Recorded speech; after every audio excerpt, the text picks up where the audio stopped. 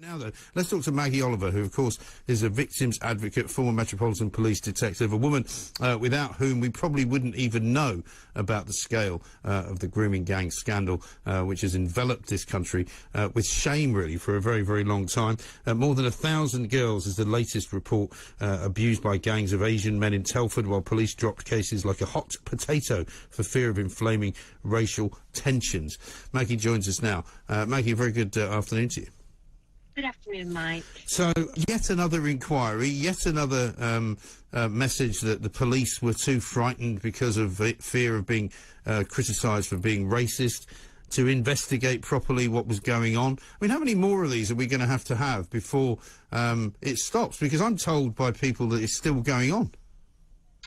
Well, there's no doubt about that, Mike, and my work with my charity, the Maggie Oliver Foundation, focuses on the failures that are going on today rather than historical failures. And I think one of the main comments I would make, and the criticisms, is that the terms of reference of these reviews that come every couple of weeks, we had Oldham the other week and Rotherham again, is that their terms of reference stop in the past, and we get every time one's published, we get a chief constable coming out and saying these are failures of the past, just like yesterday with West Mercia Police. You know, things have improved significantly. Victim care now is better. We have specially trained officers.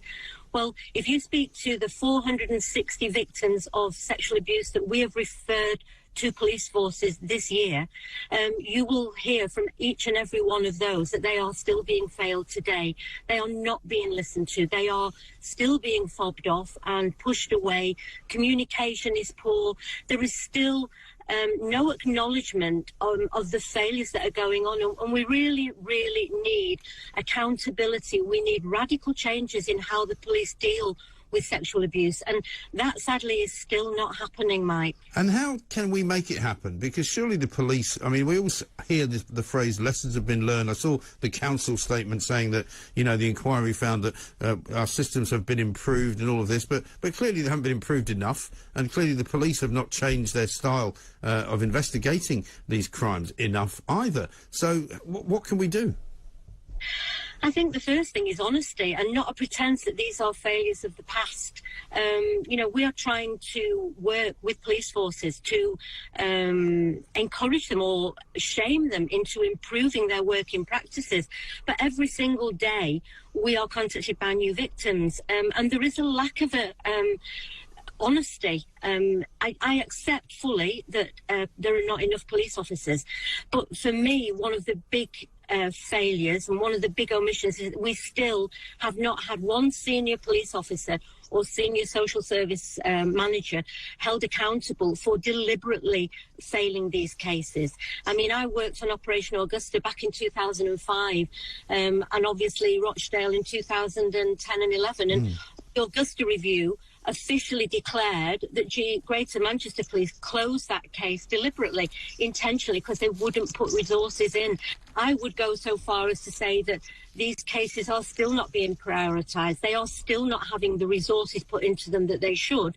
And I think that we need to look at the bigger picture. There are not enough police officers, Mike, but many people in organisations like the Foundation could be a point of contact and support for the victims, because that is where a great deal of this is falling down. It's communication, it is victim care, it is keeping victims part of the process and treating them with respect, because far too often they are at the bottom of the pile when it comes to these investigations. Yeah, and couldn't there be more emphasis on the perpetrators themselves? Because everybody knows, presumably, who they are. You know, they seem to be from the same community. They seem to be from the same sort of Pakistani origin in these towns, both in the Midlands and in the north of England. You know, surely the police could be more, I don't know, proactive about convincing these people to stop doing it.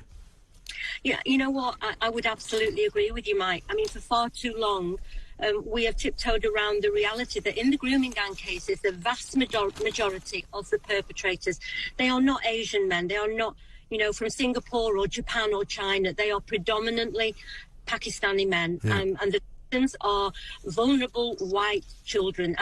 And I am in no way, shape or form racist, but just in the same way that I will be calling out priests in the Catholic Church who abuse children and cover up that abuse, I would like to see the community from within which these abusers come opening up the discussion, calling out the perpetrators within their community. We can't hide from that reality. The statistics, police and the government do not collect data that proves that fact. And I know from my work that is the truth of the matter.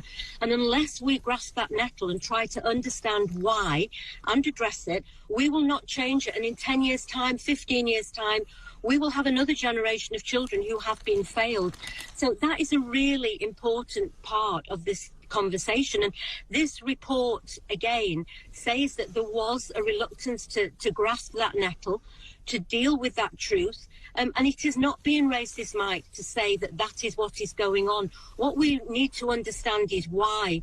And, you know, we don't allow 50-year-old men to rape 11 and 12-year-old children in this country, whatever section of the community they come from. So for me, this is about child protection. It is about prosecuting paedophiles, and we shouldn't be tiptoeing around. We should be dealing with it properly and facing up to the reality that that is a factor of these grooming gang, the way they operate. Quite. Well, particularly since the findings of all of these reports is that the reason that we got here and the reason that these children were so badly treated and so badly then investigated is because of those same fears. So of course it makes sense to call it exactly what it is. I mean, you mentioned Catholic priests. I mean, it would be like saying that the people who were involved in paedophilia inside the Catholic Church were Christians, you know, which is wrong. You know, they're specifically men from Pakistani origin who are doing this on a mass scale, and I don't understand why nobody's stopping them.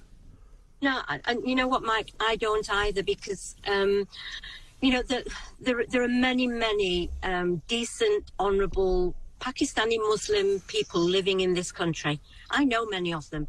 But what I would like to see is the mosques and the imams standing up and saying, we do not accept this kind of crime within our religion.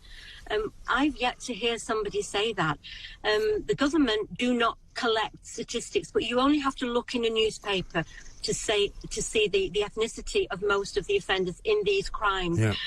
Whilst you know, I understand full well from my job as a police officer and my work with my charity that the vast majority of abusers in this country are white middle-class men who abuse children in the home, they often within the family. I'm not disputing that one little bit, but I do know also that when you look at the grooming gang abuse, and I refer to the Quilliam Foundation, that's the only statistics that I know that exist, and they said that 84% of the grooming gang abusers are Pakistani men, and that equates to only 7% of the UK population being Pakistani Muslim people, and half of those are women. So the question must be asked, why?